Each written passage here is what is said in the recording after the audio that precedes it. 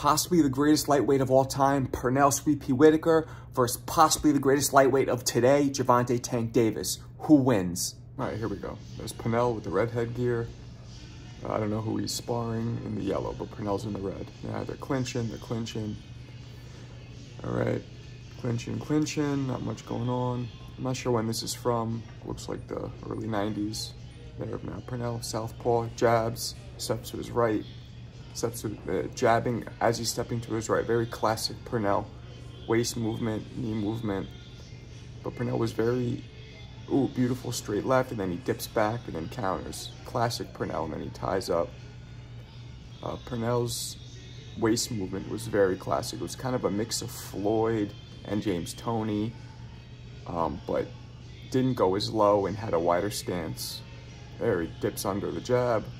Now he's putting pressure, jabs, always moves to his right as a southpaw. There, does see beautiful, just an inch step back, but always keeps his hand up too. Jabs, like just within inches, like making his opponent miss within inches. Beautiful defense there, jabbing to his right, almost over the shoulder of the opponent. There's a classic waist movement where he loses it. Another jab to his right, always keeps his left hand up. There, and a beautiful waist movement again, kind of like a James Toney / Floyd Mayweather combo right there. Both those guys learned from Pernell. All right, and that ends the sparring there. Then he goes back into his corner. Beautiful stuff by Sweet Pea Whitaker. R.I.P. All right, here we go. There's Tank in the pink gloves, obviously. Take a couple body shots, eludes a punch by his opponent.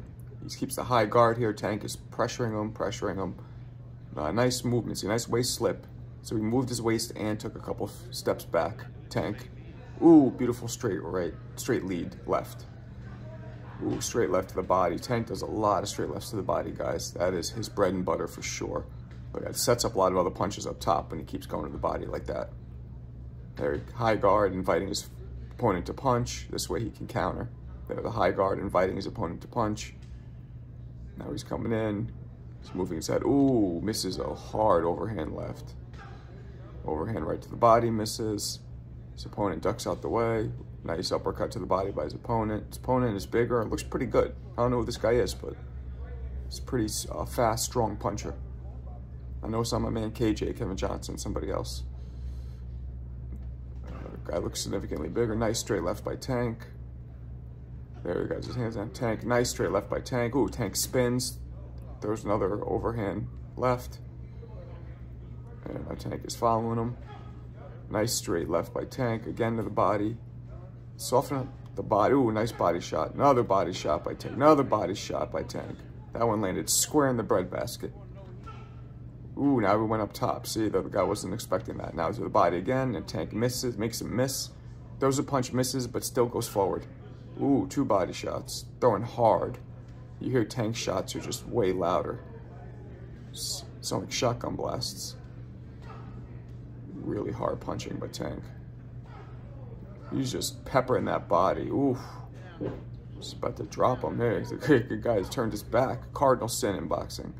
You can tell these punches are taking their toll. But now he finally goes back. Tank ducks. There, Tank does a little sweet pea right there. A little sweet pea movement right there by Tank. Beautifully done. All right, now they're clinching, coming forward. And that ends that sparring. Pernell Whitaker is etched in boxing history for being one of the greatest defensive fighters to ever do it. Top 5. He's in there with guys like Jack Johnson, Floyd Mayweather, James Toney, Willie Pep. This guy was a defensive wizard. Pernell Whitaker arguably never lost in his prime. He was robbed with that draw against Julio Cesar Chavez. He was robbed in his first loss against Jose Luis Ramirez. And of course, a lot of people believe he was robbed against his loss to Oscar De La Hoya.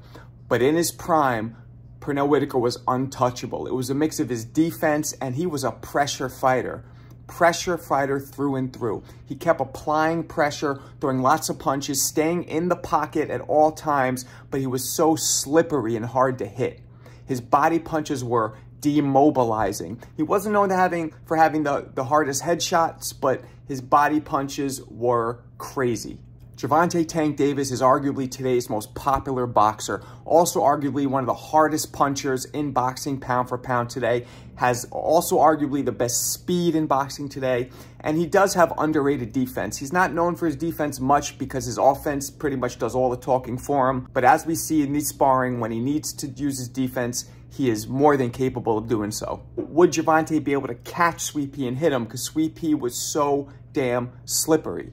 Pernell Whitaker's pressure and body attack might have worn Tank down, and who knows, in the later rounds, Sweet Pea might have been able to outpoint him. Would Gervonta Tank Davis's hard punches and awkward angles be the deciding factor, or would Sweet Pea's defense and body punching and pressure in the pocket be able to coast him to a unanimous decision victory over Tank? Tank has shown vulnerability being outboxed in the past, but he's always able to land that eraser. I call it the eraser because it erases whatever's going on in the fight before that. But Pernell Whitaker is at that caliber where he might have been able to keep his distance and outpoint him and never get touched with one of Gervonta's eraser punches.